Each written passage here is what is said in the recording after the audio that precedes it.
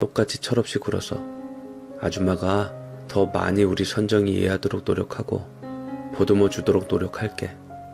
더 이상 엄마 생각이 안 나게끔 아줌마가 우리 선정이 딸처럼 진짜 더 많이 아껴줄게. 우리 서로 가족이 되도록 노력해보자. 노력한다고 네가 말했던 피가 섞이진 않겠지만 그래도 노력하면 뭔들 이룰 수 있을 것 같아서.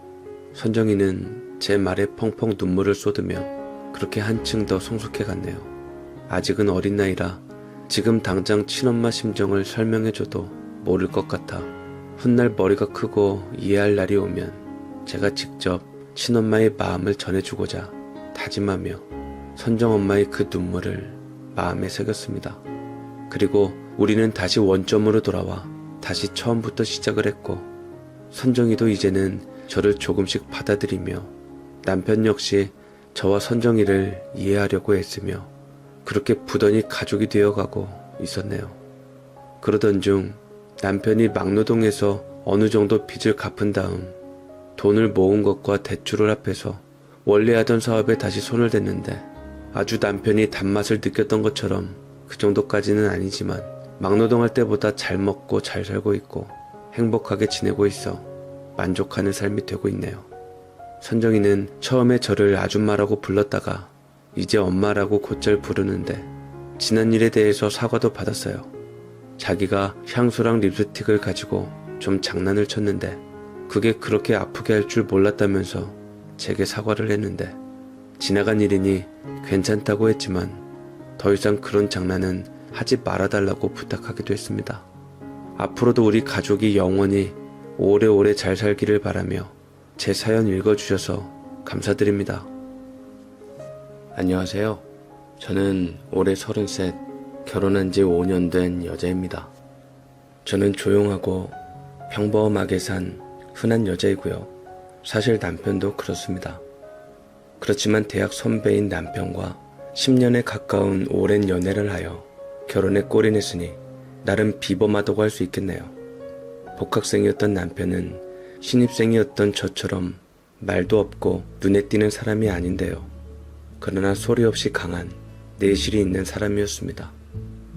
그렇게 안 봤는데 같은 스터디 모임이었던 남편이 과 수석을 했거든요. 요란하게 강의 시간에 질문하고 애들에게 프린트물 나눠주며 첫 시험에 엄청난 열의를 보이던 남자애는 의외로 그냥저냥한 성적을 받은 것을 한 저는 이 일로 보이는 것이 전부가 아니란 걸 알았죠. 갓 성인된 우리들은 겉으로만 어른 입내하지 어린애에 불과하죠. 당시 남편은 우리 시각에서는 이른바 산전수전 다 겪은 군대까지 다녀온 남자여서 아저씨라는 인상이 강했는데 과 수석을 하면서 오빠가 되었습니다. 갑작스럽게 인기가 많아졌지만 남편은 처음 스터디 모임을 하며 처음으로 말트고 그래도 친하게 지낸 저만 바라봤고, 그렇게 우리는 누구나 다 아는 캠퍼스 커플이 되었습니다. 우리는 그래도 장수 커플로 꽤나 유명했는데 절대로 과 동기하고 CC 같은 것은 하지 말라는 여자 당사자들의 경험담은 2학년 때를 지나 3, 4학년이 되어 군대 가며 헤어진 동기 애들이 속속 학교로 돌아오면서 정설이 되어가는 와중에도 우리는 소리 없이 강하게, 요란하지 않지만 단단하게 가늘고 길게 사귀었거든요. 그래서인지 졸업식에서야 아버님을 처음 배웠습니다. 어머니가 안 계시다는 이야기는 들었지만 그 나이 특성상 깊이 생각을 안 했고, 아버지가 홀로 두 형제를 키우셨다고 해서 제 나름대로 평범하고 가정적인 분을 상상하고 있었나 봅니다. 처음 뵀을 때 너무 무뚝뚝하고 너무 사무적이라 주눅이 들 정도였는데, 심지어 남편도 아버지를 어려워했지요. 우리 아버지셔 지영아, 인사드려. 말씀드렸죠? 제 여자친구. 지영이 없었으면 저 아마 학교 흐지부지 다니다가 말았을 거예요. 그러니 제겐 은인이죠. 그러게 육사 들어갔으면 좀 좋아. 죽어도 싫다고 뻗대더니만 사내가 오죽 못났음, 여자 후배가 없었으면 못 다녔을 거란 소리가 나와. 반가워요 지영양. 내가 저 녀석 애비라오. 말씀 많이 들었는데 이제야 보네요. 보여달라고 해도 꼭꼭 숨겨놓고 안 보여주더라고요. 저기 지영양 부모님하고 언니분이신가 본데 오늘 제가 한턱 쏠 테니 같이 식사나 하러 가시죠. 남자 셋이서 어디 들어가려니 우중충하니 기분이 안 나네요. 예? 아, 그럴까요? 한번 말씀드려볼게요. 그렇게 번갯불에 콩 볶아 먹듯이 갑자기 합석을 하게 된 우리는 저와 남편만 빼고 다들 재미났다고 합니다. 저는 함부로 하는 듯 하면서도 예의 있고 시원시원한 시부가 무서웠는데 엄마와 아빠는 시부가 진짜 쾌남이라며 마음에 들어 하셨습니다. 시부는 시모 돌아가시고 홀로 제 남편과 형제분을 키우셨는데 둘 다 육사 들어가라고 해도 안 들어가더라며 불만이 한가득이셨습니다. 물론 말은 이렇게 해도 애정이 대단한 분이셨는지 대위 때 아내 잃고 소령 진급하자마자 여기저기서 혼처가 들어왔는데도 그거 다 마다하시고 아들 형제 키우셨답니다. 우리 아버지는 시부가 대령으로 예편하신 이야기에 혀를 차며 안타까워하셨는데 저야 군대 얘기에도 모르지만 평범한 사병으로 병장 제대한 아빠는 아닌 모양이었습니다. 심지어 시부가 근무한 부대 이야기를 들으며 본인이 뿌듯하고 자랑스러워했는데 보직이 남다르셨거든요. 초반에야 전방에서 굴렀다고 하지만 이후 대령이 이성장군 구두 닦는다는 육군본부를 시작으로 헌병대에 계시다가 예편은 보안사령부에 하셨답니다. 그러니 우리 아빠가 덩달아 신이나 우리에게 아냐 모르냐 날고기는 새도 떨어뜨리는 보직이라 대령이라도 이성장군 끝발이었다며 너무 섭섭해 말라며 시부를 위로하셨답니다. 남편과 형님 되는 분도 이미 다 아는 이야기일 테지만 이런 우리 아빠를 귀엽다는 듯이 보며 웃었는데 저는 그래서 괜히 오빠의 아빠가 무서웠습니다. 눈매도 무섭고요. 그냥 보아도 물렁물렁해 보이는 우리 아빠와 달리 단단해 보이는 덩치도 무서웠지요.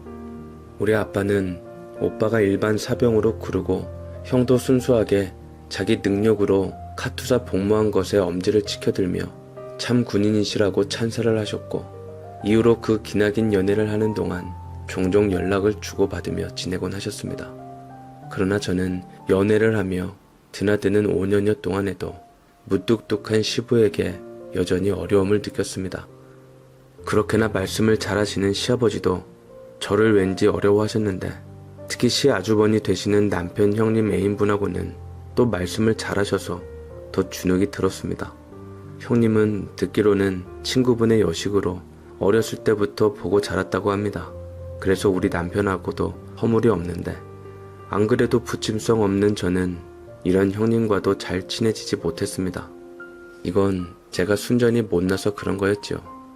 하필이면 저를 안 좋게 보고 사사건건 시비 걸던 직장 선배가 형님하고 이목구비가 좀 비슷했거든요.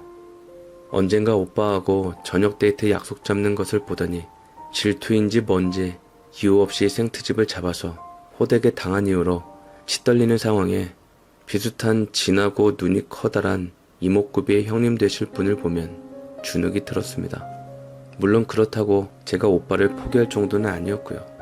겉보기엔 공주까지만 성격은 시원털털한 형님은 거리를 두는 저에게 끊임없이 연락하고 손을 내밀어 주셨고 제가 무서워하는 이유를 들으시고는 어차피 안 보면 그만일 애하고 자기를 동일시하지 말라는 따끔한 충고와 함께 더 귀찮게 달라붙더라고요.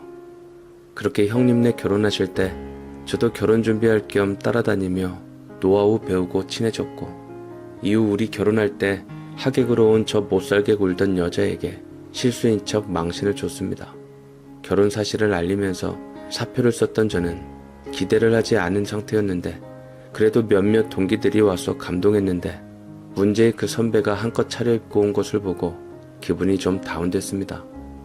신부 대기실까지 굳이 찾아와서는 저를 위아래로 훑어보고 화장이며 부케, 드레스 등을 훑어보면서 얼마냐 꼬치꼬치 캐물으며 신랑집이 꽤나 사는가 보다며 시비를 걸었거든요.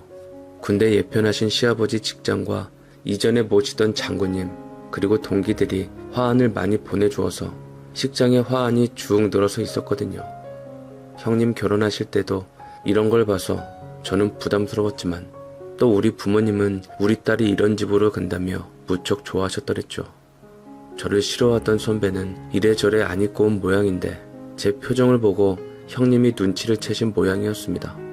동서, 혹시 나 닮았다는 그 동서 괴롭혔다는 선배가 저 여자야? 실망이다. 내가 훨씬 이쁜데. 나 상처받으려고 한다. 아니에요 형님. 당연히 형님이 훨씬 이쁘시죠. 제 말은 그냥 눈 크고 코 크고 얼굴에 이목구비가 딱딱 박혀서 시원시원하게 생긴 데다 말 잘 붙인다 이거예요. 저는 좀 평면이잖아요. 형님처럼 오똑하지 않고 그 말이에요. 안 올 줄 알았는데 괜히 와서 기분 잡치게. 근데 어떻게 하셨어요? 옷 입은 꼬라지가 안 이뻐서. 흰색은 아니지만 흰색 비스름한 데다 동서 보는 눈이 곱지 않아서. 화한 하나하나 읽고 입 삐죽거리고 안 좋은 표정을 숨기지 않잖아. 그리고 여기 오기 전에 괜히 서방님 인사하는 데서 얼쩡거리더라고. 그래서 눈여겨보고 있었지. 티가 나네. 얘 엮이진 말아요 형님. 오늘부로 다신 안 볼 여잔걸요. 생각해보고 순진한 동수한테 할 말은 아니지만 내 보기엔 저 여자 괜히 온 것 같진 않은데 분명히 나중에 단체 사진 찍을 것 같단 말이지. 두고두고 기분 나쁘라고. 내가 알아서 할게. 역시나 형님은 저와 다르게 뭘 많이 알긴 알았습니다. 정말로 그 여자는 단체 사진을 찍을 모양인지 밥 먹으러도 안 가고 동기들과 멀찌감치 떨어져서는 예식을 다 보고 사진 찍는 것을 기다리고 있었습니다. 형님은 그 여자 근처에서 시댁 고모네 아기를 봐주는 척하며 있다가 아이를 들쳐업는다면서 앉았다가 일어나면서 한 손에 든 음료수를 그 여자의 어깨부터 쏟아 부었습니다. 깨악거리며 여자는 난리가 났지만 사진에는 소리는 찍히지 않으니 상관없었고요. 형님이 죄송하다며 연신 사과하자 아이 엄마인 고모네 며느리가 쫓아나와 더욱더 미안하다고 사과를 하였습니다. 그걸 보고 달려나오신 고모님이 형님이 아닌 자기 며느리에게 이 집 잔치에 와서 왜 이 집 사람에게 아이를 떠맡겠냐며 한 소리를 하고 이윽고 단체 사진 준비하시라는 사진사의 말에 남편네 하객들이 우르르 몰려들었지요. 군인 가족인 시아버지 친구분들과 그 가족들로 이루어진 분들은 일단 사진기사님 말씀대로 단체 사진부터 찍고 이야기하라는 말로 형님과 아이를 비롯한 고모네 식구를 모두 데리고 나갔지요. 제 진상 선배는 어깨로부터 오렌지빛으로 물든 옷 때문에 단체 사진도 빠지고 방긋 웃는 꼴을 보기 싫었는지 밥도 안 먹고 갔답니다. 무엇보다 보기에도 각 잡힌 시아버지가 단 1분 1초의 약속된 시간에서 벗어나는 것을 용납하지 않는 듯이 이 소동을 지켜보자 주눅이 든 회사 선배는 큰 소리로 불평도 못했습니다. 수군수군 누구냐 정체에 대한 질문에 신분의 회사 사람이다 말이 나오면서 떼뭉쳐서 방긋거리던 동기들과 비교가 되면서 하필이면 흰색 투피스로 차려입은 차림새까지 그 의도를 의심받으며 눈총을 받게 되자 사라져 버렸습니다. 이 모습에 저보다도 대놓고 아는 척도 못하고 쎄하게 구석에 처박혀 있던 동기들이 더 좋아했으니 말 수 없이 등신처럼 당하고만 살던 저는 이런 강한 성격의 형님에게 당할 동서 시집살이가 하나도 걱정이 안 됐답니다. 남편도 성격이 저 같거든요. 처음에 형님과 알고 지낸 세월이 길다 보니 내가 상대적으로 소외되지 않을까 했던 걱정은 시아버지가 소동을 일으킨 형님에게 잘했다. 시어머니가 안 계시니 너희끼리 서로 보호하고 싸워줘야 한다 칭찬하시고 저에게는 혼자 고민하며 눈치 보지 말라고 하시며 다독여 주셔서 확 풀렸습니다. 시집 잘 갔지요.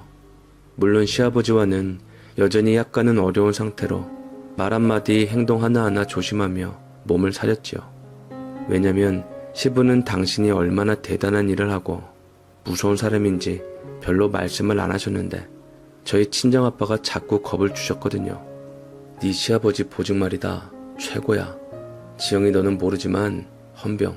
지금도 되게 힘들지만 우리 나이에 헌병이라 하면 키부터 외모 거기다 신원까지 확실해야 해. 그런 분이 안에 가시고 남은 형제 홀몸으로 키워냈다. 이거 대단한 거다. 그냥 헌병도 아니고 부대 이끄는 지휘관이면 여자들이 줄을 서요. 거기다가 보안사령부 말이다. 장난 아니야.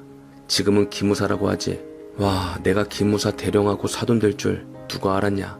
지영이 네가 제대로 효도한 게야. 하여간 장군도 기무사 들어갈 때 보초서는 상병 얼굴 다시 한번 보고 가게 된다고. 왜냐, 여기는 계급이 낮더라도 절대 함부로 대하지 못하는 곳이니까. 군 내부를 대상으로 정보를 수집하고 감시하는 곳이지만 보안사항이나 서류도 없는 곳이야. 기무사 상사는 일반 부대의 대령까지 독자적으로 조사할 수 있는 권한이 있거든. 계급장만 믿고 밑보이면 그날로 승급은 물 건너 간 거나 마찬가지인데, 일단 꼬투리 잡혔다 하면 기무사에서 조사 나온 그 이후로 불이익이 생길 가능성이 크지. 그래서 기무사 소속이다 하면 계급을 막론하고 건드리지 못해.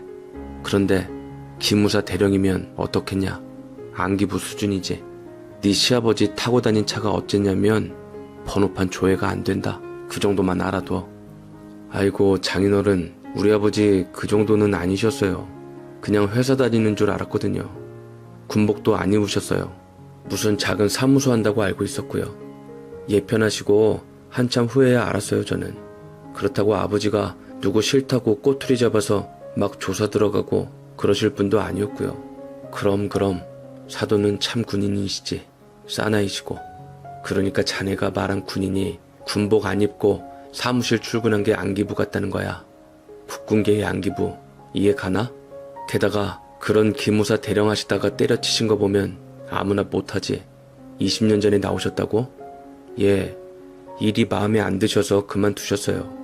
자꾸 본래 취지에 어긋난다고. 나 같으면 죽어도 거기서 안 나올 텐데. 정말 대단한 분이셨구나. 무섭다. 약간 무뚝뚝하긴 하시지만 속정 깊은 분으로 알고 정부 치려고만 하면 친정 아빠가 자꾸 이렇게 겁을 주시는데, 그냥 평범해서 조금 더 빠지는 숫기 없고 희미한 제가 감당하기는 좀 버거운 분이셨습니다. 처음에는 그럭저럭 견딜만 했던 시부의 눈매도 친정 아빠가 자꾸 옆에서 펌프질을 하는 바람에 무섭게 느껴지고 기가 팍 죽었지요. 그래도 형님이 계셔서 거기에 묻어가면서 어찌어찌 지냈고, 전화로는 무뚝뚝하지만 비교적 정답게 말씀을 하셔서 통화만 자주 하고 지냈습니다. 보통 장교 출신들은 전역하면 국가에서 기업체에 추천을 하며 다리도 놓아준다는데, 시아버지도 그렇게 근무하시던 회사의 고문으로 활발하게 활동을 하셨습니다. 여전히 정확히 무슨 일을 하시는지는 모르지만 언제 전화를 드리면 해외 나와 있다고 말하시니 저희보다도 더 활발히 활동하시는 양반이었죠. 두 형제에게 하던 선물을 이제는 그 배우자인 형님과 저로 바뀌었는데, 식사 자리를 마련하여 며느리인 우리들에게 주시는 선물은 작지만 특이하고 센스 있어서 무척 기대가 되곤 했습니다. 시아버지는 아들놈들보다 며느리인 우리 선물 고르는 게 더 재밌고 반응도 좋다며 흡족해 하셨는데, 그럴 때면 정이 훅 가서 마음이 풀렸습니다. 그리고 결혼 1년이 지날 무렵 저와 형님이 차례로 임신을 하며 무표정으로 일관하시던 시부의 얼굴에 자연스럽게 미소가 감돌며 제법 무섭지 않게 되었지요.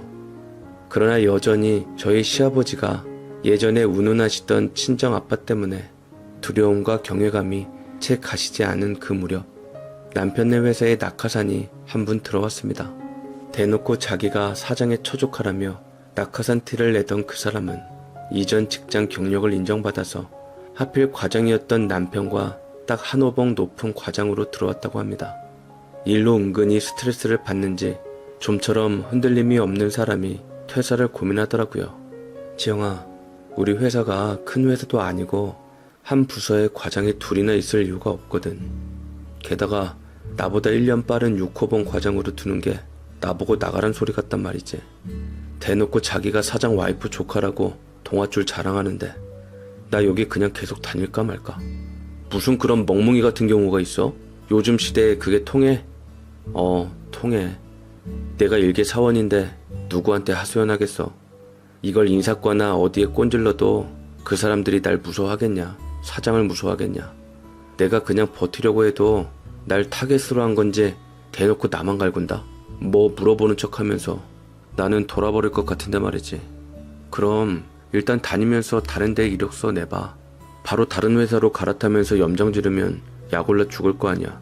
천천히 움직여봐. 그 회사는 인재 잃는 거지 뭐. 별 수 있어. 절이 싫으면 중이 떠나는 거지. 그러나 우리 계획대로는 안 되더라고요. 경력직 구직 공고가 그렇게 쉽게 나오지도 않고요.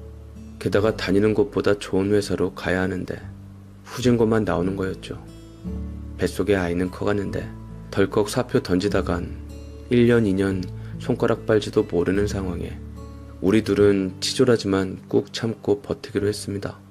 심지어 사장 처조카이니 잘 보이면 오히려 승진에 도움이 될지도 모른다는 허무맹랑한 꿈까지 꾸었습니다. 대뜸 6호봉 과정으로 들어온 인간이 정식적인 절차대로 승진을 안 할 것은 뻔하니 호의적으로 잘 지내다 보면 그자가 전무로 훌쩍 뛸 때 눈치껏 최소 부장급으로 남편도 올려줄지도 모르겠다 이거였죠. 실은 우리 둘이 그냥 시지덕거리며 한 말로 더러운 사회생활에 소극적인 우리 둘은 두 손 불끈 쥐고 조용히 감내하고 있었는데 그 불똥이 저에게도 튀었습니다. 어느 날 이 낙하산 사수가 우리 부부를 집에 초대하길래 정말로 우리 생각대로 되는 건가 했더니 남편을 직장 머슴으로 굴린다던 이 낙하산 사수 마누라가 저를 하녀처럼 부려먹기 시작하는 거 있죠. 집에 초대 받아갔을 때 분명히 제가 임신 중이라고 말을 했건만 애 혼자 낳냐며 콧방귀를 뀌던 사모님은 어쨌든 이것도 먹고 저것도 드셔보시라며 챙겨주긴 했습니다. 그리고는 친하게 지내자며 제 전화번호를 물었는데 감히 거절할 수 없어서 가르쳐줬더니 그때부터 자질구레한 심부름을 시키는데 처음에는 단순한 백화점에 가거든 어디에서 뭐 좀 사다 달라는 가벼운 부탁이더니 점점 혐오스러운 하녀도 안 할 짓을 시키는 겁니다. 처음에 백화점 심부름 시킬 때는 제가 입덧 있다는 말에 걱정하면서 거기 지하 매장 수익 코너에 무슨 사탕이 입덧에 좋다며 가는 김에 몇 봉 사 먹으라고 선물 겸 하기도 하더니만 6개월 넘어가면서부터는 노골적으로 우리 남편 목숨줄이 자기 남편에게 달린 것처럼 구는 겁니다. 며칠 전에 고모님 댁에 갔다 왔다면서 무슨 얘기 들었는데 차 한잔 마시러 오라고 제게 연락을 해오면 차마 거절할 수가 없어 피곤한 몸을 이끌고 가는데 설거지거리 싱크대 한가득한 데다 잠깐 화장실 가보면 이불 빨래하겠다고 욕조에 이불을 담가 놓아서 그냥 몸만 빠져나올 수는 없는 겁니다. 사실 이직한다고 해도 경력직으로 가려면 그 전에 다니던 이 회사의 평판을 무시를 못하지 않습니까? 결국 이렇게 엮인 이상 좋게 좋게 지낼 수밖에 없어진 저는 눈에 빤히 보이는 이 갑질을 제 선에서 견뎌내보려고 했습니다. 어머, 왜 그런 걸 하고 있어? 나와요. 아줌마 오는 날이라 미리 불려놓은 거야. 배도 불러가지고선 지영씨 우리 집서 이불 빨래한 거 알려지면 우리 남편 잘려. 아니에요. 임신했다고 가만히 있으면 애만 커지죠 뭐. 아줌마 오신다니 애벌로만 밟을게요. 발이 이미 젖어서. 그래? 아줌마 불러도 이불 빨래하면 몇 푼 더 줘야 하는데 그냥 밟은 김에 더 밟아. 내가 그 돈 자기 주면 되지 뭐. 운동 겸 조금만 더 밟아서 물만 빼놔. 지영씨 참 요즘 사람 같지 않게 잘한다. 남편 승진은 남편 능력보다 내조라는데 처세 참 잘한다. 그렇게 말은 우리를 위해 하면서도 결국 저는 임신 7개월 집에서도 안 하는 음식물 쓰레기를 버리게 되었습니다. 할 말 있다고 불러서는 설거지 시키고 의미 없는 이야기나 늘어놓고 그제야 생각난 척 저와 같이 집을 나서며 옷을 차려입어서 안 되겠다며 음식물 쓰레기 봉투를 들려 내보내는 것이죠. 심지어 이렇게 쓰레기 들려보낸 저와는 엘리베이터도 안 탑니다. 바쁘다며 먼저 휑하니 내려가는데 그 사이에 옷에 냄새 밴답니다. 결국 사수 부인 음식 쓰레기 버려주려고 10분 거리 그 집에 가서 치닥거리하고 오는 길에 서러워서 우리 집 올라가는 엘리베이터에서 눈물이 터졌는데 땡 하고 열린 문 앞에 시아버지가 서 계셨습니다. 잠시 지나는 길에 제게 주려고 깜짝 음식을 포장해온 시부가 초인종을 누르고 그냥 갈까 전화를 할까 고민하시면서 기척을 살피셨다는데 딱 들켜버린 겁니다. 그런 시부를 보자 저도 모르게 감사함에 울음이 터져버리니 놀라신 것은 시아버지였죠. 평소 이런 표정을 못 봤던 저는 저 주신다고 음식 포장해 오신 것에 애기가 되어서 미주알 고주알 남편네 회사의 낙하산으로 앉은 사장의 처조카와 그 부인 이야기를 했습니다.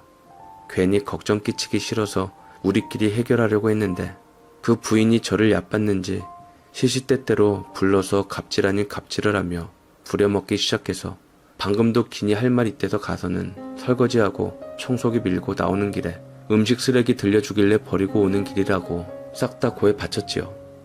그래 아가, 진작에 말을 하지 무슨 일이야 그래. 좋은 것 이쁜 것만 먹고 봐야 내가 회사 그까짓 거 그만두면 되지 뭘 그렇게까지. 그이도 다른 회사로 갈아탈 생각이거든요. 그런데 생각해보니 경력직은 이력서 보고 이전 회사에 연락할 텐데 안 좋게 나올 수가 없겠더라고요. 결국 구직 성공해도 도리는 다 해야죠. 그래서 참으려고 했는데 일은 안 힘들어요. 마음이 힘들어서 그렇지. 빤히 갑질하는 속셈이 보이는데 아닌 것처럼 자잘하게 함정 파듯이 부려먹는데 괘씸하고 기분 더럽고 서럽고 그래서 그렇게 우울한데 아버님이 저 주신다고 포장해 오신 거 보니 마음이 뜨끈해서 눈물이. 미안하다 아가. 시어머니가 있었으면 상의하기도 좋았을 텐데 어려운 시아버지라 말 꺼내기도 그랬겠지. 네 남편도 뭘 상의하고 그러질 않아서. 누군 힘없고 빽쓸 줄 몰라서 안 쓴다더냐? 못된 것들. 왜 너희가 다른 회사를 알아봐? 그것들이 나가야지. 어차피 다른 회사로 이직해도 뒤로 나쁜 소문 퍼뜨리고 앞길 망칠 게 뻔한데 이것들이 임자를 못 만난다 보다 내가 갑질이 뭔지 힘이 뭔지 보여줘야겠네. 감히 임신한데 며느리를 부려먹어? 면상 한번 봐야겠다. 사실 내가 걔네 회사는 수준이 안 맞아서 아는 사람이 없거든. 물론 한 다리만 건너면 연결될 거니까 걱정 말고. 아가, 넌 마음 푹 놓고 눈물 뚝 하고 있어. 다시는 전화와도 응하지 말고 피눈물 나게 후회하게 해줄 테니까. 시아버지는 저를 안심시키려는 듯 저를 보는 앞에서 전화 몇 통을 하며 남편 회사 사장을 잘 아는 후배를 통해 여러 정보를 알아내셨습니다. 특히 처조카로 알고 있는 그 사람이 그 전에 다니던 회사에서 퇴사하면서 회사를 발칵 뒤집어 엎고 나온 것까지 알려주셨는데 자기가 일하던 컴퓨터를 인수인계도 없이 싹 밀고 나왔다네요. 이것 때문에 소송을 거래만해하면서 분위기 흉흉하다는데 입을 싹 씻고 자기 고모에게 부탁하여 바로 회사를 갈아탄 거였죠. 저도 남편도 시아버지가 현재 정확히 어느 회사, 어느 부서에서 일을 하는지는 몰랐는데 군대 보직 생활을 10분 일용하는 일을 하고 계신 것 같았습니다. 대기업이나 기업체 사장의 해외 경호부터 정계 인사들의 해외 순방 시에 지 근거리에서 경호하는 요원들을 서포트하는 고문으로 아직까지 마음먹으면 쥐락펴락 할 수 있는 위치셨습니다.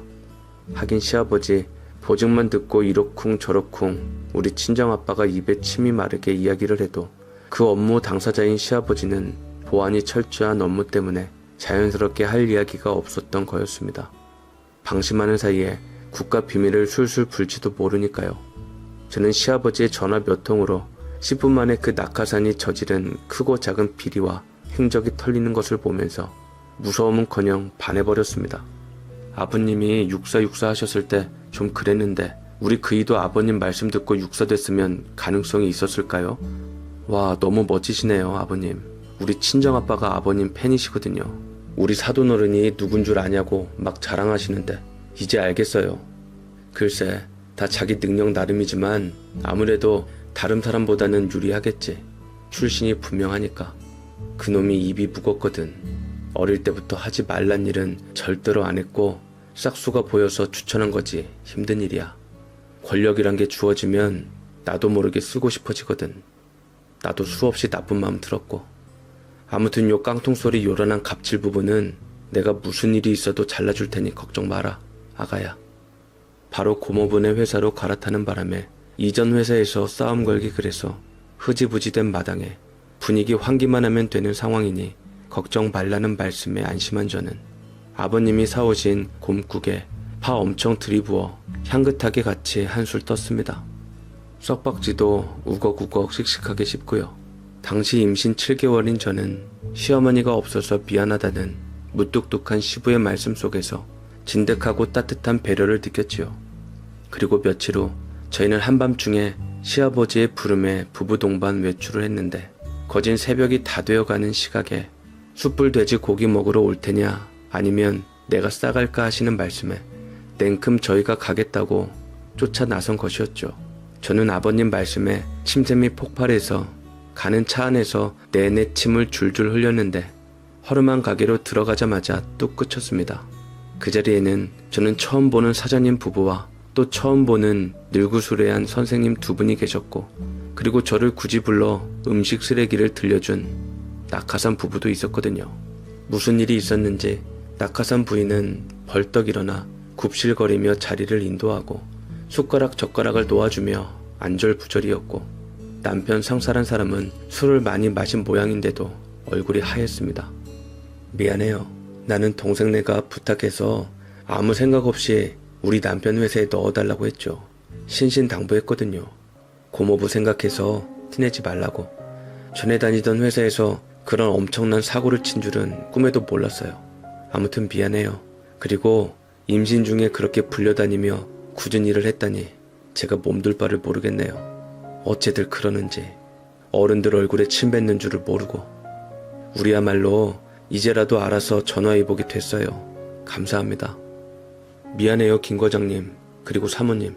죄송합니다. 이 사람이 그럴 줄은 저도 몰랐습니다. 제가 이상하게 화가 나면 눈에 뵈는 것이 없어요. 예전 회사에서 프로젝트 말아먹고 문책 받는 바람에 욱하는 마음에 사표 던지고 나오면서 생각 없이 컴퓨터 포맷을 했거든요. 그러면 안 된다네요. 저는 몰랐거든요. 어쩐지 계속 연락 오길래 스팸으로 돌려놨는데 하마터면 소송 들어가서 신세 망칠 뻔했어요. 마침 과장님 아버님이 사과만 똑바로 하면 잘 이야기해 주신다고 자리 마련하셔서 죽다 살았습니다. 고맙습니다. 저희는 안팎으로 못되게 굴었는데 이렇게 대단한 아버님 두시고 그렇게 아무 소리도 안 하시고 나야말로 전화 받고 회사 망하는구나 했다 이 자식아. 뭐 대단한 회사라고 여기서 갑질이야. 내가 일생을 바친 회사인데 아들도 아닌 처조카가 말아먹어? 어디라고 그따위로 해놓고 퇴사를 하며 임산부를 불러서 음식 쓰레기를 버리라고 해? 이것들이 부창부수 똑같이 놀고 있어. 김 과장 아버님 전화 한 통화로 우리 거래처 끊겨 임마. 아냐? 그 전에 이런저런 일이 있는데 아시냐? 언질 주셔서 간신히 무마한 거야. 큰 죄는 아니라도 당신 아들 며느리의 손주까지 괴롭힌 게 괘씸해서 곱게는 못 물러나고 사고 한마디면 된다고 하시더라. 이전 회사도 어차피 대단한 일 하던 놈 아니라 괘씸죄로 문제 삼으려 했던 거라 이대로 무마한 거고. 그러니 다시 태어난 거야 이놈들아. 100번 1000번 죄송하다고 사과해. 김 과장도 아니 그런 일이 있었으면 나한테 말을 했어야지. 아무튼 사모님 몸은 괜찮으십니까? 죄송합니다. 제 불찰입니다. 그렇게 저희는 많은 어르신들에게 사과와 걱정 근심을 듣고 마음을 풀었습니다. 저는 아버님이 가만 안 두겠다고 해서 영화처럼 막 강하게 압박하고 으름장 놓을 줄 알았는데 오히려 그자가 일저지른 상대 회사하고 중간 역할을 하셔서 무마 잘하고 잘못을 사과받아 주셨습니다. 결국 남편을 위해 그런 것이었죠. 물론 시부가 낙하산끈을 잘라버린 것은 맞습니다. 지방 발령 갔거든요. 이후 이 일에 대해서는 한마디 말이 없으시지만 저는 형님 못지않게 사랑받고 있구나 실감을 했습니다. 물론 똑부러진 형님이라면 이런 일 자체를 안 당하시겠지만요. 시아버지는 이후로 큰 집 작은 집 손자 손녀 애교에 살살 녹으시며 조금 다정해지셨는데요. 비록 둘째지만 나중에 우리 시부 모실 기회가 있다면 모시고 싶습니다. 이젠 우리 무뚝뚝한 시아버지 하나도 안 무섭고 오히려 존경하게 됐거든요. 정말로 빈수레가 요란하다고 아버님 정체를 알고 알아서 벌벌 기는 사람들과 다르게 오히려 우리 시부는 그 무게감을 정확히 알고 절제하는 멋진 분이라는 것을 알았네요. 이렇게 반듯한 분이라면 잘 나갈 만하지 않나요? 우리 아이들도 아버님처럼 자라기를 바라는 저도 이제는 아버지 며느리답게 기도 많이 살아서 하다못해 새치게 하는 분들에게 그러지 말라고 하며 할 말하고 산답니다.